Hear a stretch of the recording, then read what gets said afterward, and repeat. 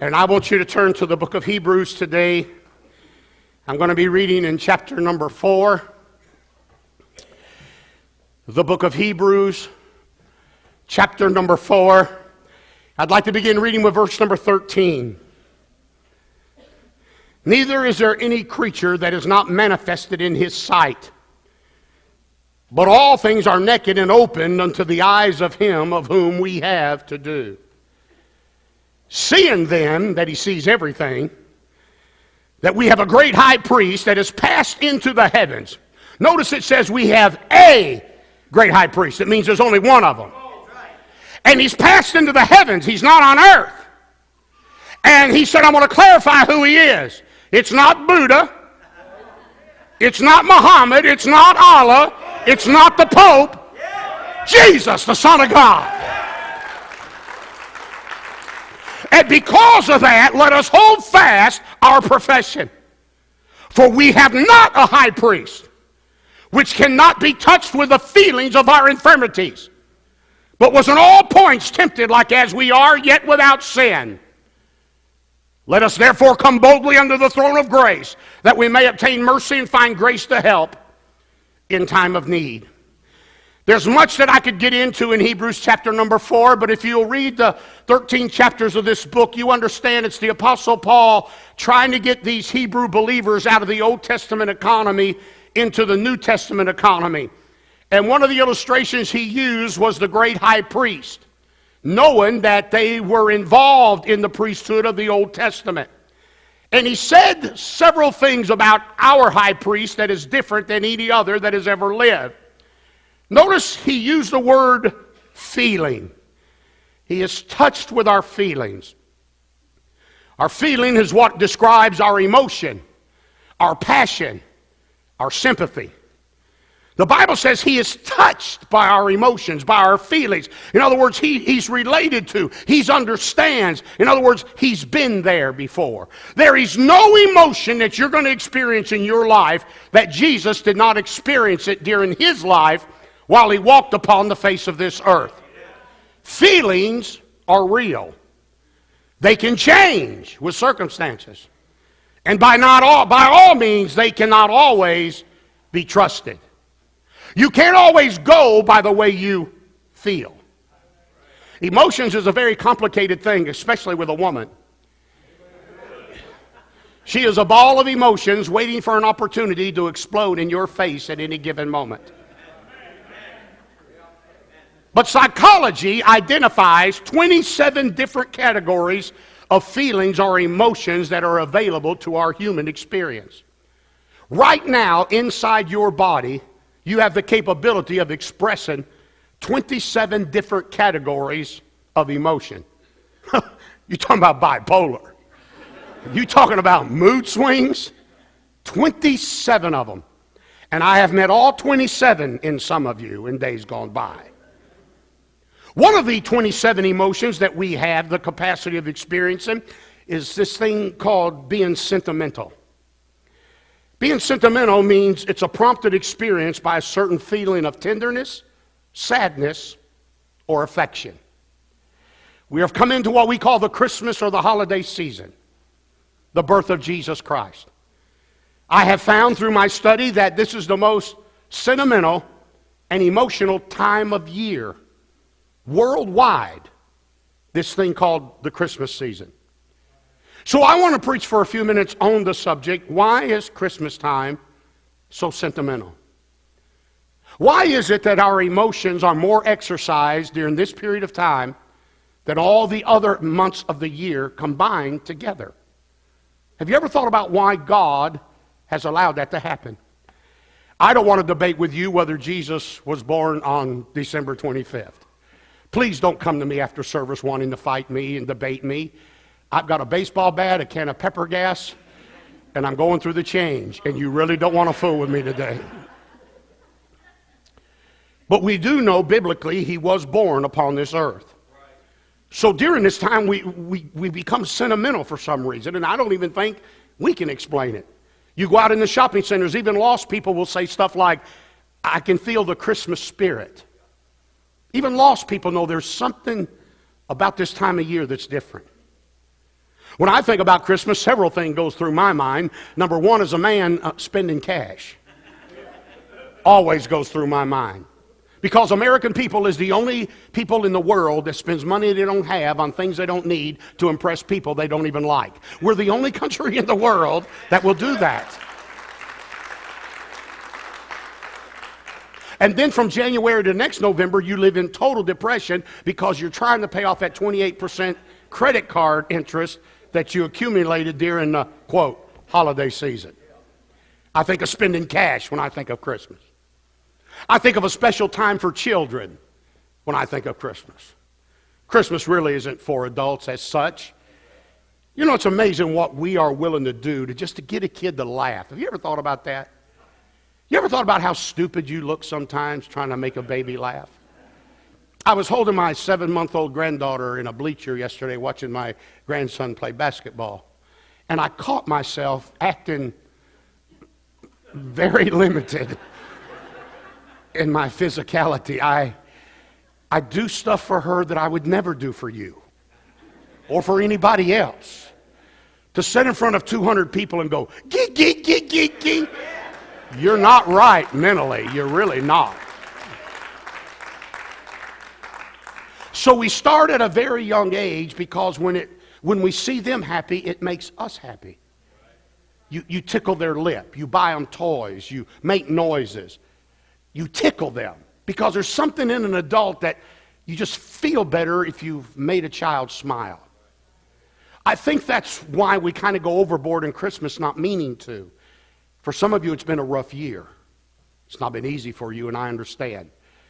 And maybe it's just during this season that we're going all out because we know it's been rough, and on this particular day, we just want to see you smile. So if you have a mom or a dad or a step-parent or a foster parent or a grandparent or a neighbor or a loved one that's trying to make this day special for you, you need to make sure you make it special for them because they're doing it just to see you smile. When I think of Christmas, I think of spiritual. This ought to be spiritual for Christians. I'm not going to fight with you over this, and if this starts a problem in this church, so help me God, I'll vote everybody in this church out. But I'm not into Santa Claus and some fat dude getting the credit for the money I spend on my kids. Until Fat Boy comes down my chimney and pays me back for what's under that tree, that sucker ain't getting no credit in my house. Matter of fact, every Christmas I go out in the backyard, shoot my shotgun, tell my kids he committed suicide. But for those of us that are saved, this ought to be a spiritual time for us. This is a time when we reflect on God's greatest gift to the world. But it's also a sentimental circumstance.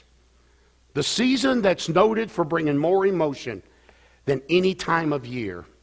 Why is it we're sentimental? Why is it seems like we want to give more?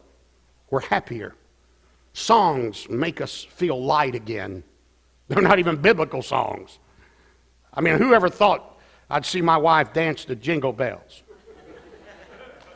She's never danced to Amazing Grace, but now she'll do the jig on Jingle Bells. And that's not true.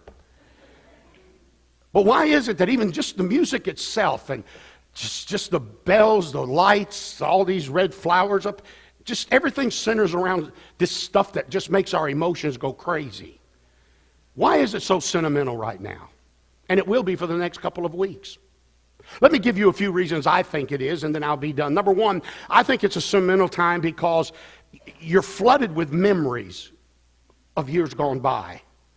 Isn't it strange that all the new Christmas songs, there's something missing. There's something about them old Bing Crosby and Earl Ives and all them older voices. What? You know, man, I don't get into Michael Jackson seeing Mama kissing Santa Claus. You know, I'm just not into all of that, or Grandma got run over by a reindeer.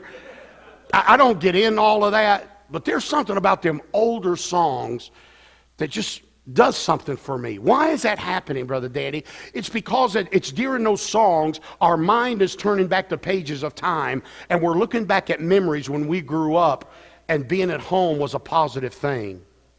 We should strive every year to make positive memories with our families and with our friends, because long after the gifts are gone and the money is spent, the only thing really you're going to keep for a long time is the memories you made.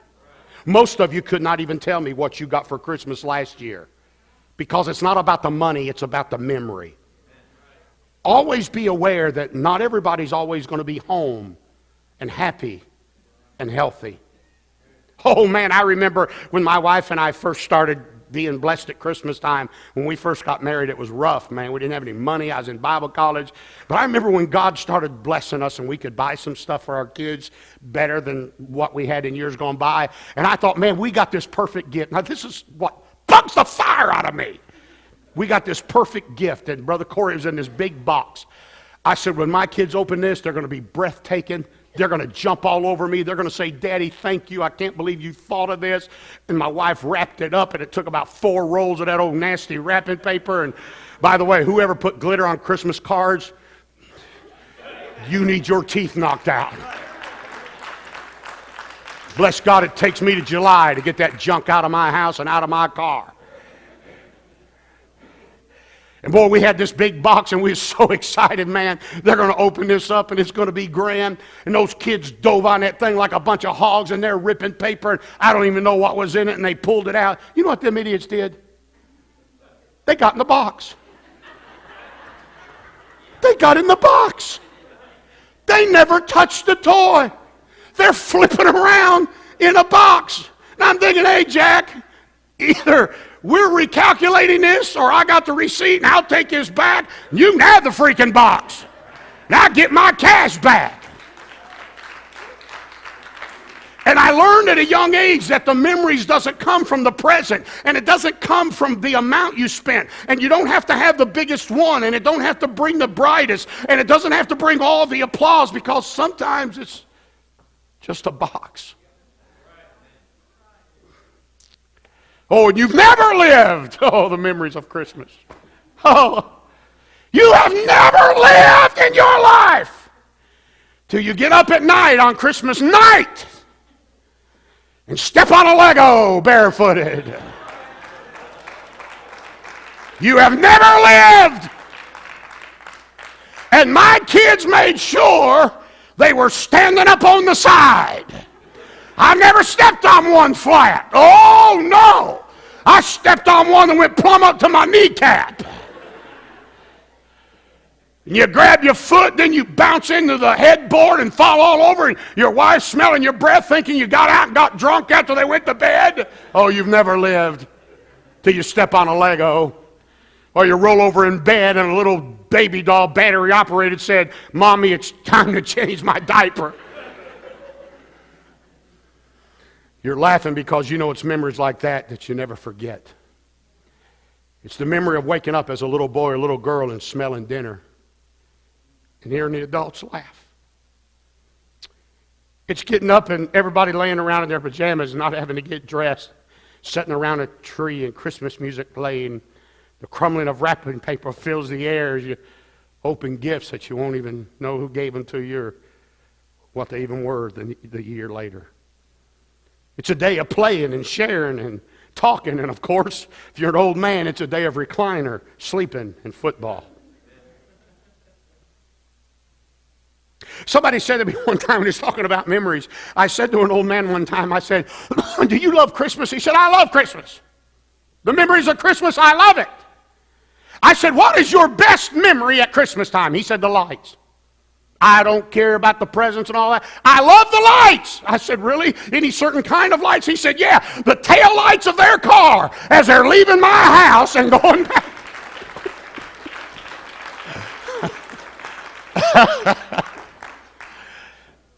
Maybe it's sentimental because we'll never have those days back. And now all we have is memories. Maybe we get so sentimental because not only memories, because this year somebody's going to be missing. For some of my dear people, this will be the first time that you're going to sit around the Christmas table and there's going to be an empty chair there for the first time. And it's heartbreaking and it's devastating. And the emotional roller coaster that you're going to experience at that moment is something that you can't explain unless you've been there.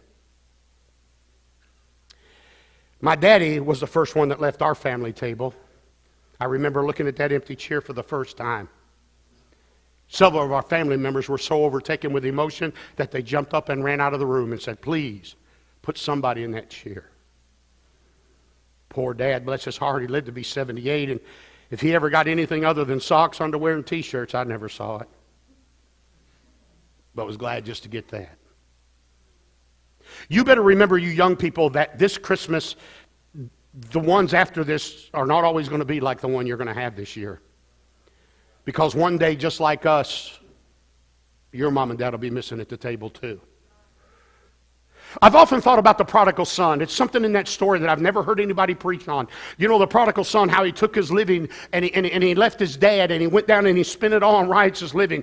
And remember, the Bible said he came back home, and while he was a great way off, here's what the Bible said. The father ran and had compassion on him and kissed him. So we know dad was there when he got home.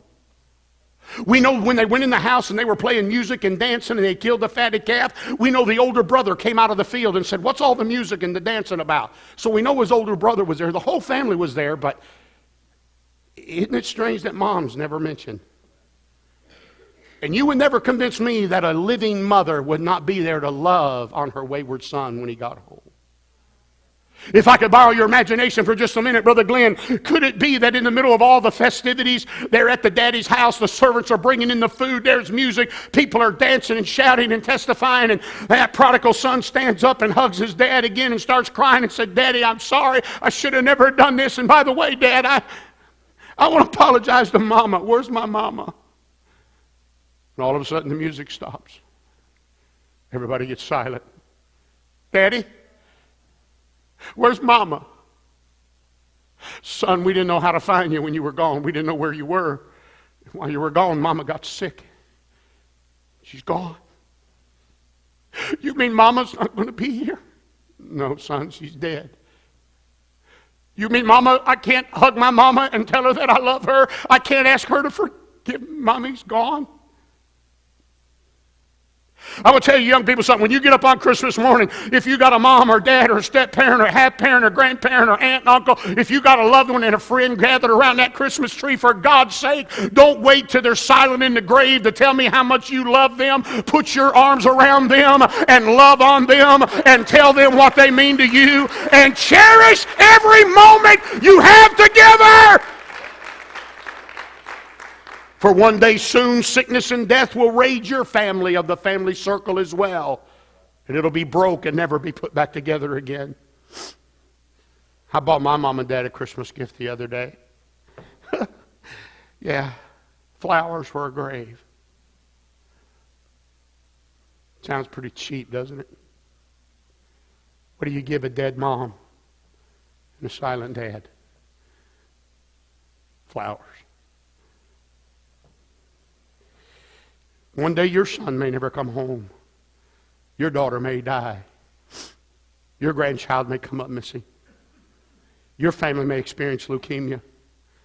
I say to you, it's much more than just eating a big meal, watching football, and open a bunch of presents. It's sitting down and making a memory with somebody that you may not have in your life the next year.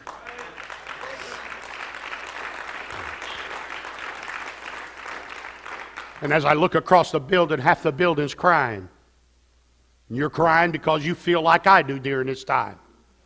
I'd give every gift, every car, every house, and every dollar this world had to offer if I could sit at the table with my mommy and daddy one more time. I beg my young people, you hold your daddy's hand. You love on your mother. You embrace your siblings. You share good memories. You laugh. You spend time together. Get off your stinking cell phones. Turn your cell phones off. Now, most families get together now. They all pick up their cell phones, and if you talk to each other, you got to text each other. You ought to turn your cell phones off and spend the day together and make some memories with each other, for God's sake.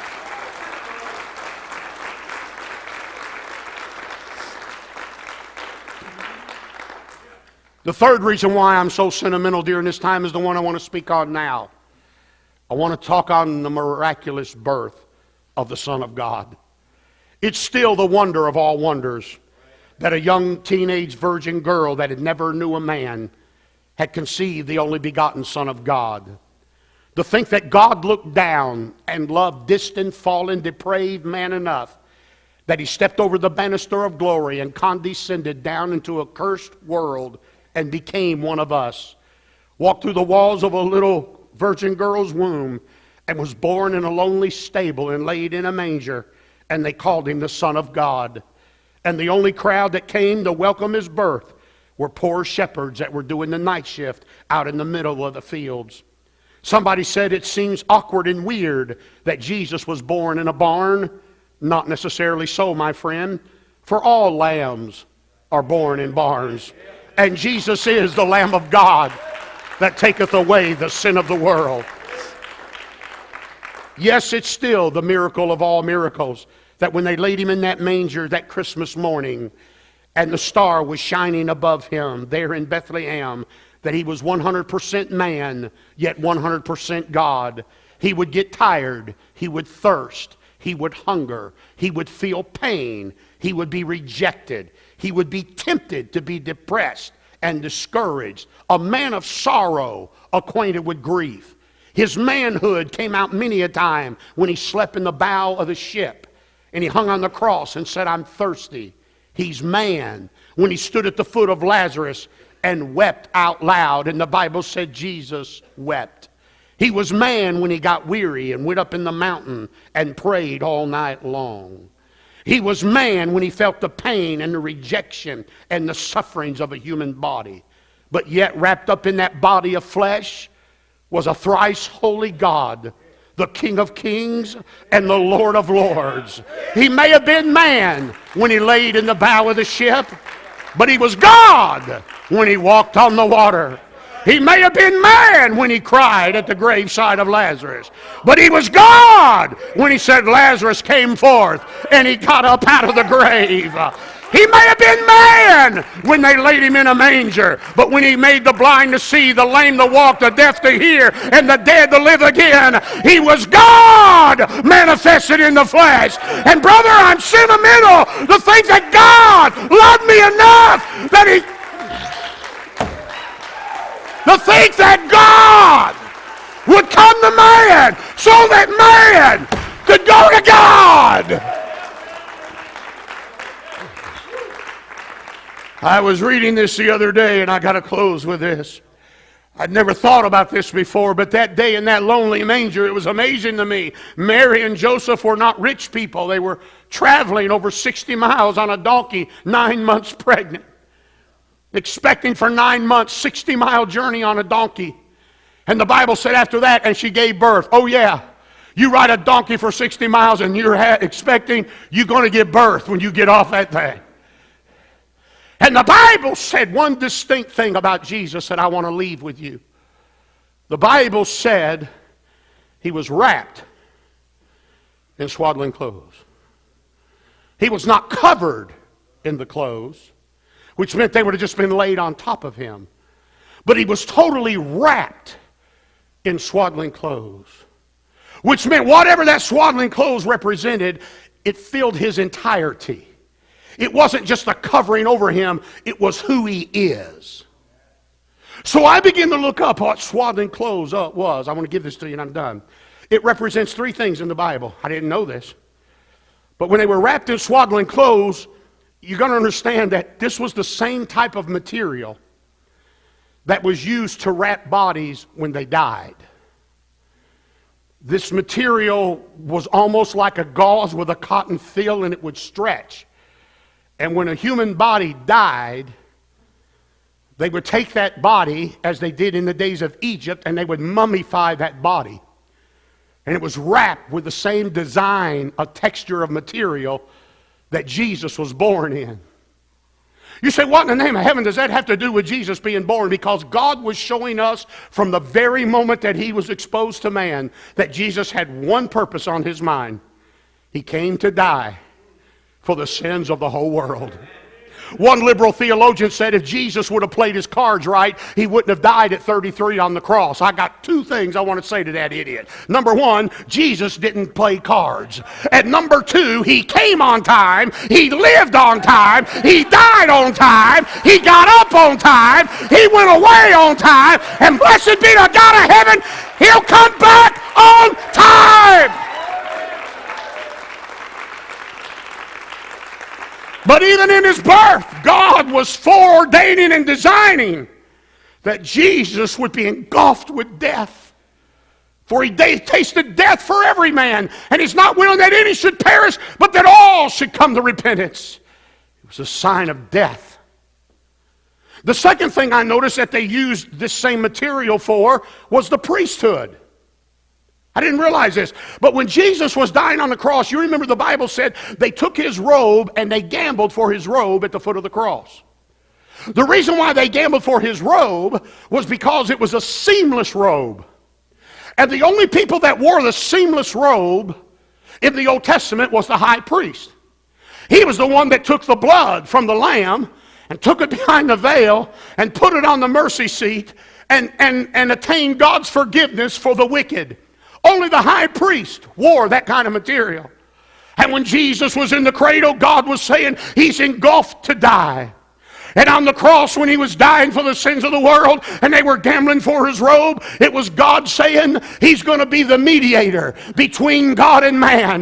By the way, there's still only one mediator between God and man, and that is the man, Christ Jesus. You don't need a pope, you don't need a preacher, and you don't need a pimp. All you need is a high priest that took that blood. And when Jesus was dying on the cross, he was saying, I'm dying as a lamb, but I'm getting up as a priest. And he took the blood that he shed, and he went up in the glory, and he walked past the Father, and he put it on the mercy seat of God. And now, whosoever will may come and be forgiven because he's our priest. Wow. Number 3, and I'm done. It also signified that he's a king. Only the kings wore the seamless garments. God is showing us a 3-phase work of the Son. Number 1, he's coming to die. Number 2, he's going to get up out of the grave, come back to heaven. He's going to sit down at the right hand of the Father, and he's going to be your priest. But you ain't seen the last of him. Because next time this old world sees Jesus, he's not going to be in a cradle. He's not going to be on a cross. He's not going to be in a tomb.